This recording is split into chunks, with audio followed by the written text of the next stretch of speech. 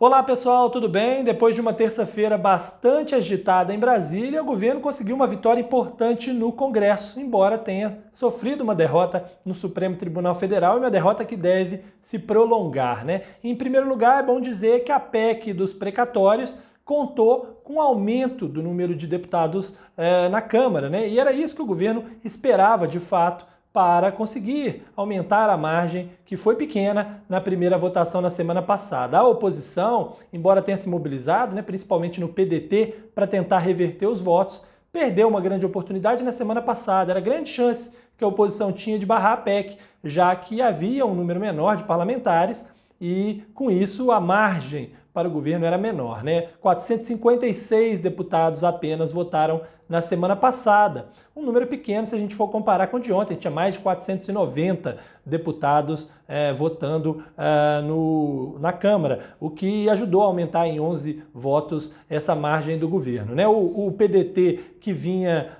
votando, né, tinha dado 15 votos no primeiro turno a favor da PEC, deu apenas 5, e são 5 que já não tinha mesmo como o comando do partido modificar, porque são deputados que estão de saída do PDT e que não fazem questão nenhuma de acompanhar o comando da legenda, né?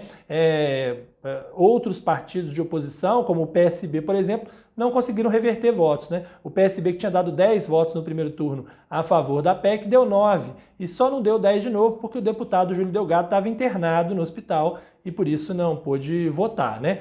Mas não houve reversão de votos no PSB, por exemplo. O PSB, o PDT e o Podemos, os três partidos que deram orientação contrária à PEC, juntos deram 17 votos, ou seja, sem eles o governo não aprovaria, né? Não aprovaria a PEC dos precatórios. Chamou atenção também, claro, a posição do PSDB, mais uma vez indicando voto a favor, com 21 dos 32 parlamentares votando a favor da PEC, mesmo tendo candidato a presidente, aliás, né, no caso 3 ainda, porque estão em prévias. Os paulistas do PSDB mais ligados ao Dória votaram contra, mas os demais grupos, principalmente os grupos ligados ao Eduardo Leite, acabaram apoiando a proposta do governo, e aí isso também foi decisivo para a vitória do governo. Como foi decisiva também a atuação dos prefeitos, né, que querem parcelar dívidas previdenciárias. Isso foi enfiado lá no meio do texto da PEC. O governo convocou esses prefeitos para poderem irem até o